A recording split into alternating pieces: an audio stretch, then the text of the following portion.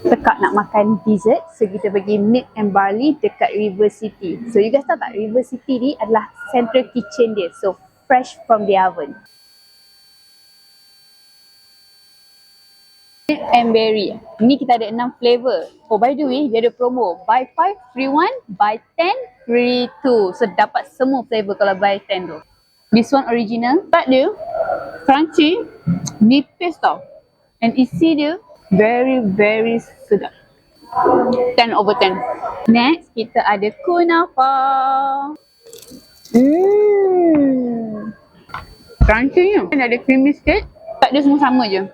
Tak tebal. Rangup. Sedap. Ni I bagi 10 over 10 juga. Next, kita ada tiramisu. Tiramisu, dia tak rasa tiramisu sangat. Cuma atas ni je yang rasa kafein. Tapi egg tart tu masih rasa telur lah. So, yang ni I bagi 8 over 10. Pistachio ni flavor dia ada rasa sikit.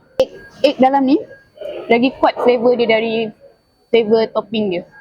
Yang ni I bagi 7 per 10. Next is strawberry mochi. Strawberry mochi ni sangat fluffy, not too sweet. Dia punya krim dalam tu pun tak muak. Dalam dia ada isi lagi, isi strawberry. 10 over 10. The killer one. Nampak? Durian musang king tart. Yang ni tak ada egg. Macam tak nampak yang egg yang macam sebelum-sebelum ni. Bismillah. Air durian. Durian pure. Macam tak mix dengan apa-apa. Bau durian memang autentik. Original. Dia macam sekadar durian tu. Carik-carik. Letak isi dia je. Win. Yang ni 20 over 10.